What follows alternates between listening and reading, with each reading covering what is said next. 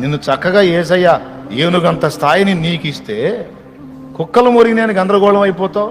ఇచ్చా నీకు? వాళ్ళు అవమానపరిచారు, వీళ్ళన్నారు, వాళ్ళన్నారు, ఇట్లన్నారు, అట్లన్నారు. ఊరికే అవన్నీ తీసుకొని మాట్లాడతావు. యేసయ్య దగ్గరకు వచ్చి కూడా నవ్వుకుంటాడు ఆయన. ఎంత వెర్రిదానివమ్మ నువ్వు. నీకు ఇహమందును పరమందును ఖ్యాతినిచ్చాను. అరే వాళ్ళందరినీ పక్కన పెట్టు, కోట్ల కొలది దేవదూతలకు తెలుసు ఈరోజు నువ్వు. కోట్ల కొలది దూతలకు తెలుసు ఈరోజు నువ్వు. అక్కడుంది, అక్కడ గ్రంథములో నీ పేరు లిఖితమైపోయింది. ఎంత అంతస్తు నీది, అసలు నీ స్థాయి ఏంటి?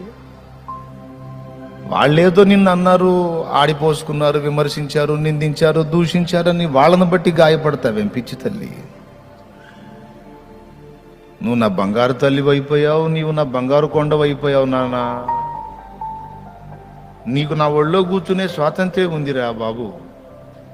నేను విశ్వానికే చక్రవర్తిని, రాజ్యానికి కాదు, ఈ విశ్వ సామ్రాజ్యానికి చక్రవర్తిని నేను.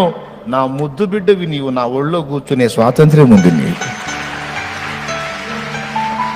వాళ్ళన్నారు, వీళ్ళన్నారు, వాళ్ళన్నారు, వాళ్ళ వీళ్ళ మాటలను పట్టించుకుంటావు.